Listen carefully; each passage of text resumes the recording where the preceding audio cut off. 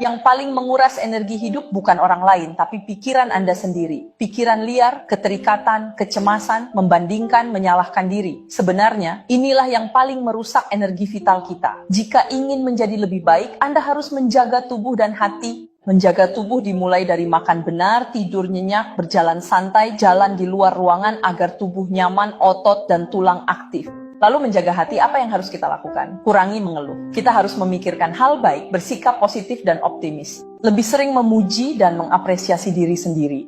Kurangi mengeluh, kurangi menyalahkan diri.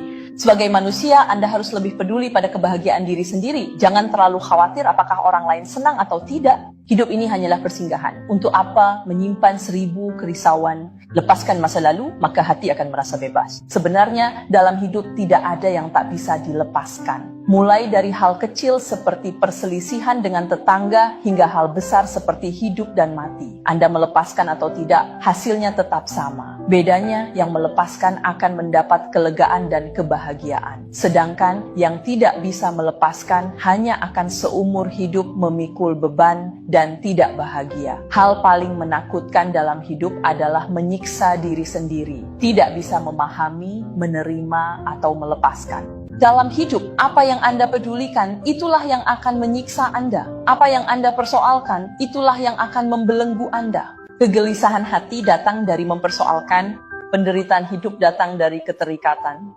Kesulitan hidup berasal dari ketidakmampuan melepaskan. Tidak ada orang yang benar-benar seperti kertas putih tanpa cerita.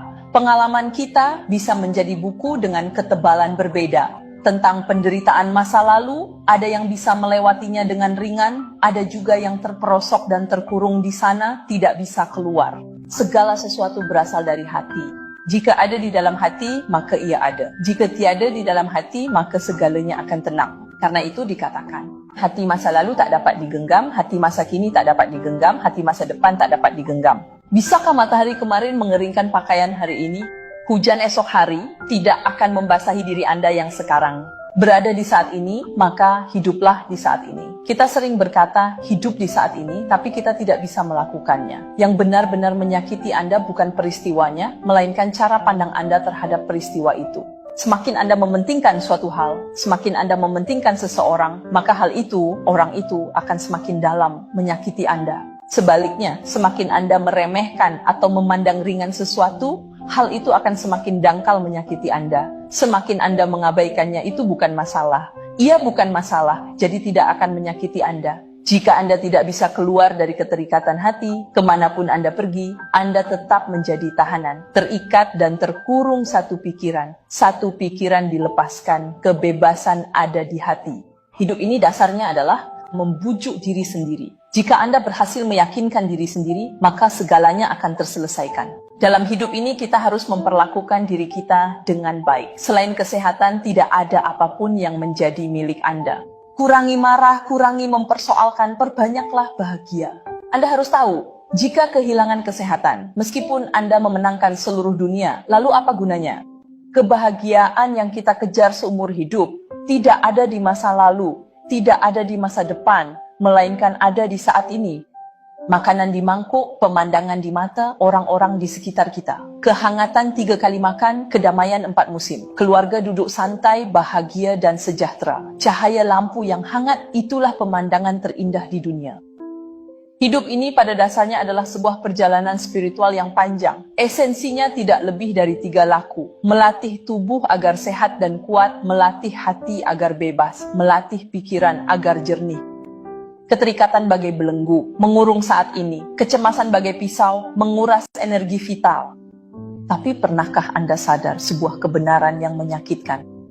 Jelas-jelas sudah berusaha menjaga tubuh dan hati, tapi bahu dan leher kita masih saja berulang kali sakit, kaku. Perut kita yang kembung ini selalu muncul saat suasana hati sedang buruk. Masalah tangan dan kaki yang dingin, diobati pun tak kunjung sembuh, akarnya tak pernah bisa dicabut.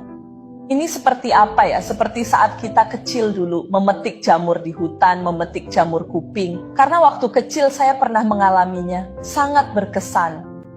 Selama lingkungan yang lembab ini tidak berubah, bibit jamurnya masih ada. Setelah hujan turun, jamur dan jamur kuping pasti akan tumbuh kembali.